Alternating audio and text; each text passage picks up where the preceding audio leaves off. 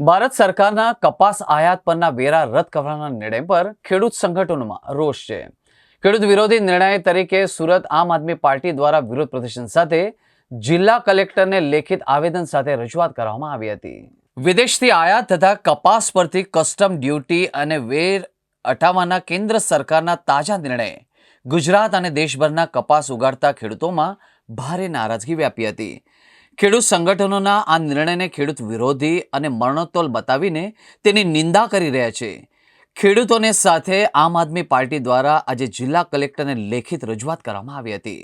ભારત સરકારના નાણાં મંત્રાલયે ગયા 19 ઓગસ્ટના રોજ લીધેલા આ નિર્ણય અનુસાર વિદેશથી આયાત થતા કપાસ પરના તમામ પ્રકારના વેરા રદ કરવામાં આવ્યા છે, જેથી કપાસની મુક્ત આયાતને મંજૂરી મળી છે। આમ આદમી પાર્ટીની સુરત શાખાએ આ નિર્ણયની ઘોર નિંદા કરી હતી। પાર્ટીના પ્રવક્તાએ કહ્યું કે આ નિર્ણય ગુજરાત અને દેશના કપાસ ખેડૂતો માટે મરણોત્તોલ સમાન છે। દેશમાં કપાસનું ઉત્પાદન અમારી જરૂરિયાતથી પણ વધારે છે અને આવી સ્થિતિમાં વિદેશી કપાસને વેરા મુક્ત કરવો ખેડૂતોના હિતો સાથે સીધો વિશ્વાસઘાત છે। केंद्र की भाजपा सरकार ने किसानों के हित के विरोध में एक निर्णय लिया है।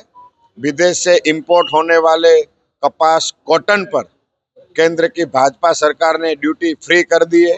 इस कारण से हमारे जो किसान भाई है, जिनका खेतीबाड़ी का कामकाज है, कपास का उत्पादन लेते हैं, कपास की खेती करते हैं, उनको जो उचित दाम मिलना चाहिए वो मिलेगा नहीं।